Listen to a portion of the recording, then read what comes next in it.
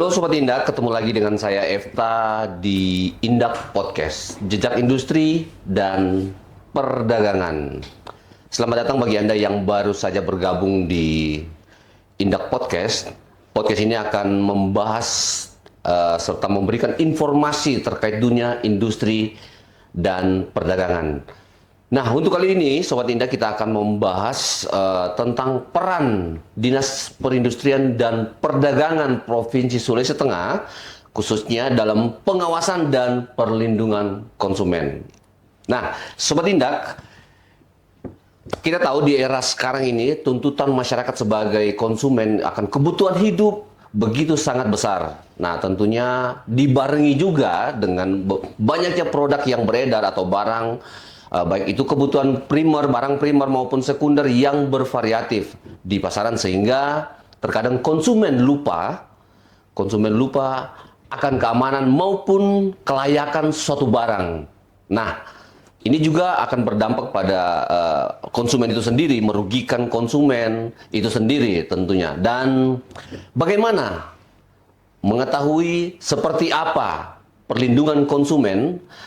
Telah hadir bersama saya di sini Kepala UPT Pengawasan dan Perlindungan Konsumen, Bapak Dedi Suarman SEMM. Selamat datang Pak Dedi, apa kabar? Siap, selamat datang. Alhamdulillah baik. Iya, Pak Dedi, saya panggil Pak Dedi saja Pak ya. Siap. Apa sebenarnya yang dilakukan atau yang menjadi tugas utama dari UPT Pengawasan dan Perlindungan Konsumen atau yang disingkat dengan P2K? Baik, saya jelaskan sedikit. UPT P2K sesuai dengan Peraturan Gubernur Provinsi Sulawesi Tengah Nomor 26 tahun 2023, yaitu terbagi ke dalam tiga seksi. Yaitu seksi tata usaha, seksi kelembagaan dan pemberdayaan konsumen, dan yang ketiga seksi pengawasan barang beredar, tertib niaga dan penegakan hukum. Dari ketiga seksi ini tentu mempunyai tugas dan fungsi masing-masing. Kalau seksi tata usaha kemungkinan kita sudah sebagai sesama SN mungkin sudah tahu ya fungsinya seksi tata usaha. Yang perlu saya jelaskan mungkin lebih detail mungkin persoalan tugas dan fungsi seksi kelembagaan dan perdagangan konsumen. Jadi seksi ini diberi tugas oleh pemerintah daerah Provinsi Sulawesi Tengah, yaitu membentuk sebuah lembaga yang namanya BPSK. Ini adalah sebuah lembaga perpanjangan tangan dari pemerintah Provinsi Sulawesi Tengah dalam hal kegiatan perlindungan konsumen. Nah, kemudian daripada itu salah satu tugas juga dari seksi ini adalah yaitu melibatkan masyarakat atau membuat masyarakat menjadi sebagai konsumen cerdas. Itu. Kemudian seksi yang ketiga yaitu seksi pengawasan barang beredar, tertib niaga dan penegakan hukum. Seksi ini mempunyai tugas yaitu melakukan pengawasan barang beredar, tertib niaga dan penegakan hukum. Maksudnya adalah kami di dalam tugas kami yaitu melakukan pengawasan terhadap barang-barang yang beredar di kalangan masyarakat. Ya, saya kira seperti itu. Ya, jadi berarti kalau disimpulkan itu pengawasan terkait dengan perlindungan konsumen dan barang yang beredar itu, maksudnya. Berarti kalau seperti itu kita lanjut yang kedua Pak ya. Dalam praktek perdagangan ini, kalau kita tahu bersama bahwa ada tiga hal utama yang menjadi dasar, yaitu produsen, kemudian barang jasa, dan konsumen. Nah, kalau dari segi produsen dan juga barang jasa, bagaimana peran dari UPT P2K? Baik, terima kasih. Kalau untuk saat ini Pak, untuk saat ini karena UPT kami ini baru bisa dikatakan masih seumur jagung, jadi untuk pengawasan terkait masalah produsen ini atau produsen ini kan sama dengan pabriknya ya. Ya, penghasil gitu Penghasil ya. yang Jadi produksi ya. untuk saat sekarang ini kami belum melakukan pengawasan terhadap produsen yang dimaksud. Oh, ya. Yang kami lakukan adalah pengawasan barang dan jasa. Iya. Tertib niaga juga belum kami laksanakan. Ya. Jasa sementara kami pelajari juknisnya Ya. untuk kedepannya bisa kami lakukan kegiatan pengawasan terkait masalah kegiatan jasa. Oke. Ya. Tadi Bapak sempat singgung bahwa berarti P2K ini belum lama terbentuk, Pak ya? Masih umur jagung maksudnya ini? Iya, masih seumur jagung mungkin sekitar baru berjalan efektifnya 2 atau 3 tahun yang Baru 3 tahun. Bapak pimpinan UPT yang pertama atau yang sudah ada yang sudah berganti, Pak? Yang kedua kayaknya saya. Yang kedua ya? Iya, yang kedua. Oke. Setelah yang kemarin sudah pensiun. Iya, oke. Nah, sementara untuk kantor yang ada di ini, yang Bapak pimpin UPT-nya di jalan apa Pak? Biar masyarakat atau Sobat Indak mengetahui tempat alamat gitu. Oh, iya. Baik, sahabat Indak, seprovinsi Sulawesi Tengah, alamat kantor kami ada di Jalan Esparman, di samping BNS. Bumi Swalayan, Pak ya? Bumi Swalayan. Oke. Di Jalan Esparman nomor 48. Ya, di sampingnya Bumi Swalayan. Oke. Seperti itu. Oke, nanti jadi biar Sobat Indak kalau misalnya ada hal-hal yang ingin berkenaan dengan tugas dari fungsi dari pengawasan serta perlindungan konsumen itu bisa langsung ke P2K ya, di samping Bumi Swalayan. Oke, kita lanjut Pak Dedi. Pengawasan yang dilakukan apakah melibatkan petugas yang mempunyai kredibilitas atau yang mempunyai sertifikasi terkait dengan pengawasan itu sendiri, Pak? Bagaimana? Ya, terima kasih Pak. Untuk saat sekarang ini, terus terang saja kami masih kekurangan sebagai tenaga pengawas. Seharusnya itu kami sudah harus disiapkan dengan tenaga-tenaga yang dinamakan PPNS, PPNS DAK, PPNS PK, PPNS perdagangan, penyidik pegawai negeri sipil, perdagangan dan penyidik pegawai negeri sipil perlindungan konsumen. Cuma tenaga-tenaga tersebut sampai saat ini kami belum memiliki tenaga-tenaga tersebut karena ini kan dia mempunyai pendidikan khusus ya dari kementerian. Kemarin sudah ada permintaan peserta untuk mengikuti diklat PPNS dan PPNS tersebut, dan kami sudah mengirim nama 2 orang. Ternyata karena kebijakan pemerintah terkait dengan efisiensi anggaran, terpaksa kayaknya dibatalkan lagi tuh kegiatan tersebut. Iya, berarti tidak jadi Pak ya? Iya. Berarti sampai saat ini belum memiliki tenaga seperti yang disampaikan tadi? Belum. Ya. Nah, bagaimana mau melakukan pengawasan Pak kalau misalnya tenaganya saja belum ada? Itu masalah juga itu sebenarnya. Iya. Jadi perlu diketahui bahwa untuk saat ini kami bekerja sama dengan beberapa instansi terkait. Oh iya. Untuk melakukan pengawasan, antara lain dengan BPOM. BPOM ya. BPOM, kemudian dengan kepolisian. Itu yang kami lakukan. Jadi kalau kami melakukan ada rencana jadwal kegiatan untuk melakukan kegiatan pengawasan terkait masalah obat dan makanan, ya kami bekerja sama dengan Balai POM. Kemudian kalau terkait masalah pengawasan terhadap gudang, nah itu kami biasa bekerja sama dengan kepolisian. Jadi untuk saat ini masih melibatkan dari kepolisian dan BPOM tadi ya? Nah, semoga saja nanti Pak ada tenaga yang khusus misalnya yang ada di seperti yang Bapak sampaikan tadi yang memiliki kredibilitas dan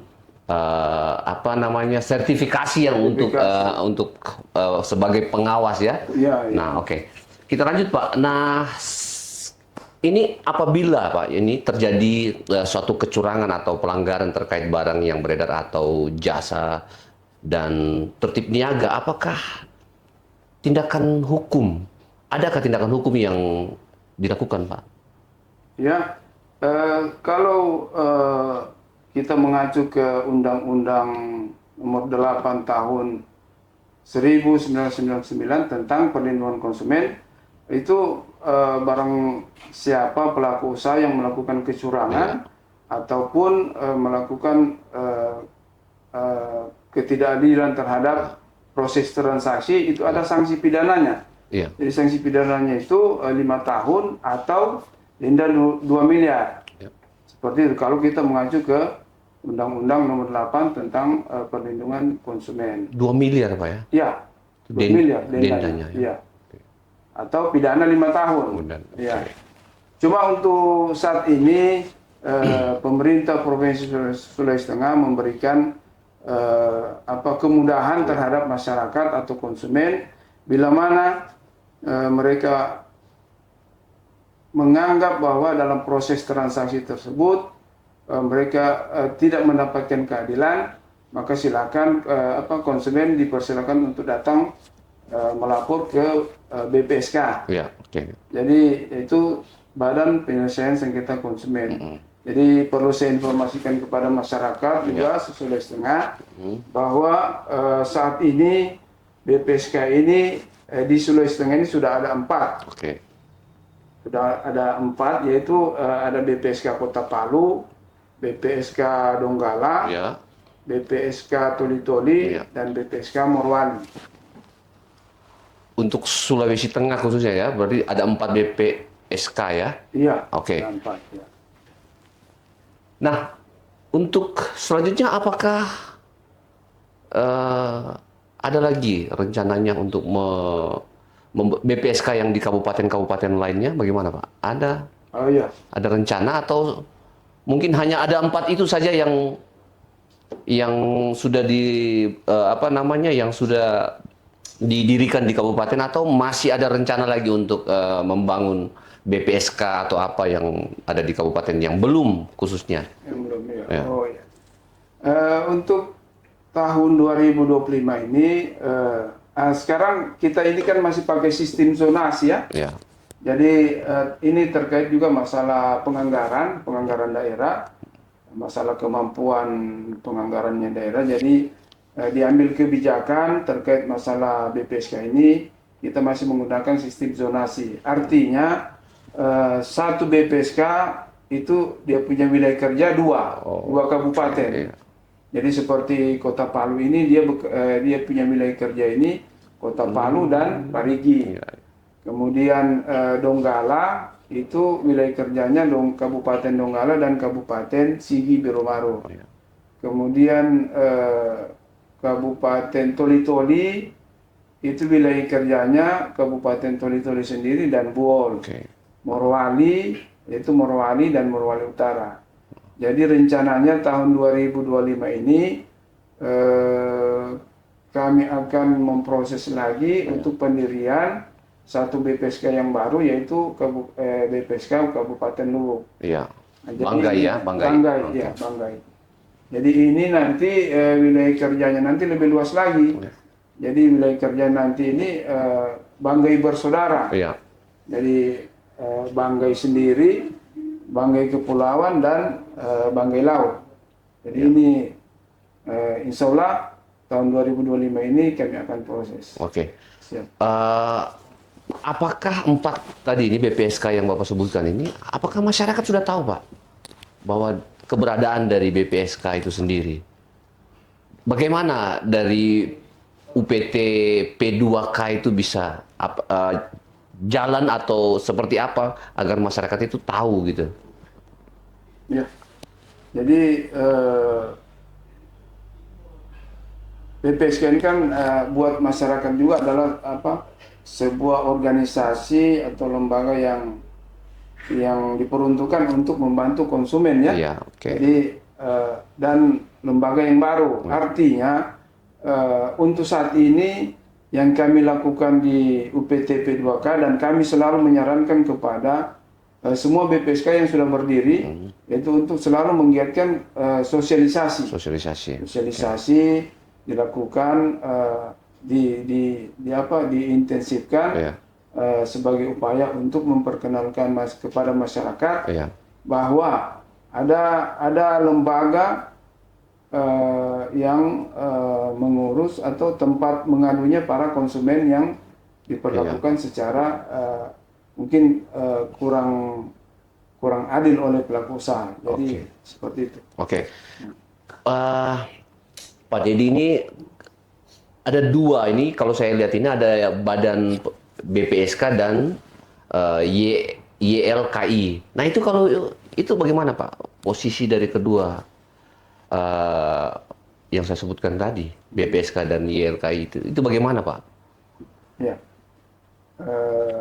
kalau BPSK ini adalah lembaga atau organisasi yang merupakan perpanjangan tangan dari pemerintah Provinsi Sulawesi Tengah dalam menyiapkan sarana bagi masyarakat konsumen untuk melakukan untuk melaporkan hal-hal atau hal-hal yang mereka lakukan, mungkin pada saat transaksi mereka merasa dirugikan oleh pihak pelaku usaha. Sengketa konsumen itu maksudnya. Nah, sementara kalau YLKI itu? Nah, kalau YLKI ini adalah lembaga semacam LSM, jadi mereka mandiri. Kalau BPSK ini pemerintah yang dirikan, pemerintah yang dirikan dan diamanatkan di dalam undang-undang. Nah, seperti itu. Kalau YLKI ini adalah lembaga semacam lembaga LSM, lembaga swadaya masyarakat yang berdiri sendiri, secara mandiri, dan pemerintah cuman memberikan surat TDLPK istilahnya. Jadi kalau ada LSM yang berdiri, pemerintah itu untuk mengesahkan itu lembaga tersebut, pemerintah menerbitkan yang namanya TDLPK. Tanda daftar lembaga tanda daftar lembaga perlindungan konsumen. Jadi berarti Pak, dua lembaga tadi ini sama-sama bergerak di bidang perlindungan konsumen, gitu ya? Kalau BPSK sendiri Pak, dia orang-orang personel itu terdiri dari apa saja? Apakah ASN atau lingkup masyarakat gitu Pak?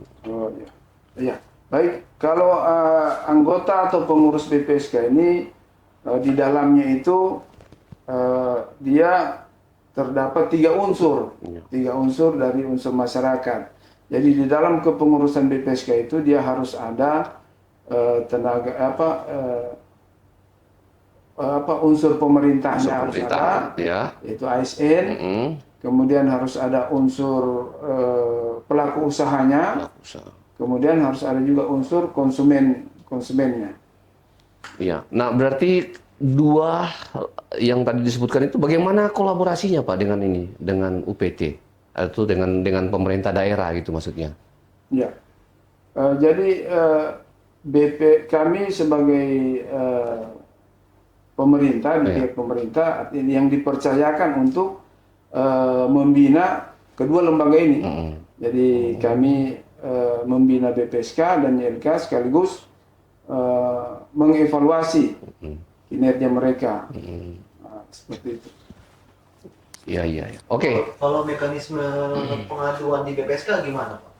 Apakah secara online atau harus datang lagi ke kantor BPSK atau ke UPT Bapak? Jadi kalau terkait masalah pengaduan konsumen yang mempunyai sengketa, itu bisa dilakukan secara online, bisa juga dilakukan dengan datang langsung ke kantor UPT atau langsung datang ke kantor BPSK yang terdekat. Jadi kalau misalnya, karena kalau kami juga menerima pelayanan pengaduan di kantor, cuman setelah kami menerima pengaduan konsumen, kami akan teruskan sengketa tersebut ke BPSK. Artinya ujung-ujungnya juga nanti diselesaikan di BPSK. Jadi yang perlu juga ditekankan bahwa masyarakat harus tahu bahwa proses penyelesaian sengketa di BPSK ini betul-betul tidak dipungut biaya sepersen pun. Jadi Gratis ya? Atau gratis, ya. Iya. Jadi, Adakah Pak contoh dari kasus yang kemarin itu kalau tidak salah sempat viral itu ya, tentang ada yang pesan makanan kemudian setelah itu dilihat ada ulat dan apa gitu. Itu bagaimana proses penyelesaian dari masalah itu, Pak, sengketa itu? ya. Jadi begini, kalau misalnya ini kan tergantung juga dari konsumennya. Ya. Kalau konsumen merasa dirugikan atau merasa tidak baik dengan jadi mereka harus datang ke BPSK. Tapi kalau mereka mendapatkan yang seperti itu, maksudnya kejadian-kejadian yang kurang bagus, tapi mereka juga cuma diam, ya kita tidak bisa juga berbuat tidak bisa berbuat bertindak apa-apa. gitu ya? Iya, bertindak, iya. Kecuali mereka merasa keberatan, kemudian mereka datang ke BPSK atau datang ke kantor UPT P2K untuk melapor, itu kami akan proses dan tindak lanjuti untuk memanggil si pelaku usahanya, untuk dicarikan solusinya bagaimana. Oke. Nah ya, oke. Untuk yang terakhir Pak, apa harapan terutama bagi para konsumen ya, dan kedepannya juga untuk UPT, pengawasan dan perlindungan konsumen itu sendiri? Jadi kami atas nama pemerintah Provinsi Sulawesi Tengah, yang kami inginkan adalah menjadikan konsumen di Sulawesi Tengah itu menjadi konsumen yang cerdas. Artinya konsumen cerdas artinya konsumen yang kritis dan berani menuntut hak-hak mereka pada saat misalnya melakukan transaksi itu mereka dirugikan atau diperlakukan secara tidak adil. Jadi kami menghimbau kepada konsumen jangan hanya diam pada saat kita diperlakukan secara kurang baik atau kita merasa dirugikan oleh pelaku usaha, kita jangan hanya diam. Kita harus berani kritis, harus berani mengungkapkan, karena pemerintah sudah menyiapkan sarananya. Iya, betul. Silakan datang ke BPSK untuk mengadukan undang-undang ataupun apapun yang dilakukan oleh pelaku usaha yang merugikan konsumen. Oke. Kalau untuk UPT sendiri bagaimana? Apa harapannya ke depan? Kalau UPT sendiri ke depannya saya berharap semoga bisa menjadi perhatian pemerintah daerah ataupun pemerintah pusat.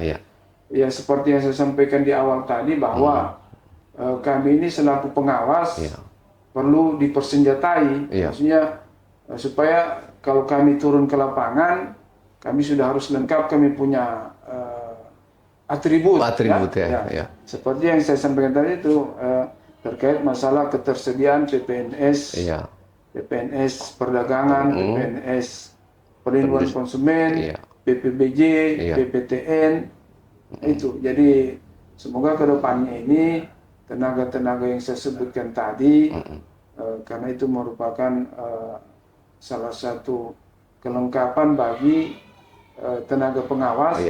Semoga itu bisa disiapkan ke depannya. Oke. Semoga bisa tercapai apa yang menjadi harapan Bapak bagi para konsumen yang ada khususnya yang ada di Sulawesi Tengah, dan bagi UPT pengawasan perlindungan konsumen itu sendiri. Nah, masih banyak sebenarnya Pak yang akan kita kupas atau kita bahas di sini, namun karena waktu yang membatasi kita, saya ucapkan terima kasih Pak sudah hadir di Indak Podcast, dan semoga bisa hadir lagi di Indak Podcast di episode selanjutnya. Siap. Nah, Sobat Indak, itulah tadi perbincangan kita, diskusi kita terkait dengan pengawasan dan perlindungan konsumen. Nah, seperti yang sudah sampaikan tadi bahwa apabila apabila Sobat Indak terjadi permasalahan atau apa saja yang berkaitan dengan hak-hak sebagai konsumen, itu Anda bisa langsung ke UPT P2K atau langsung saja ke Dinas Perindustrian dan Perdagangan Provinsi Sulawesi Tengah, Jalan Kartini nomor 18 Palu. Nah, Sobat Indak, terima kasih sudah menyaksikan Indak Podcast. Saya Efta undur diri dan sampai ketemu di Indak Podcast selanjutnya. Indak Podcast, Jejak Industri dan Perdagangan.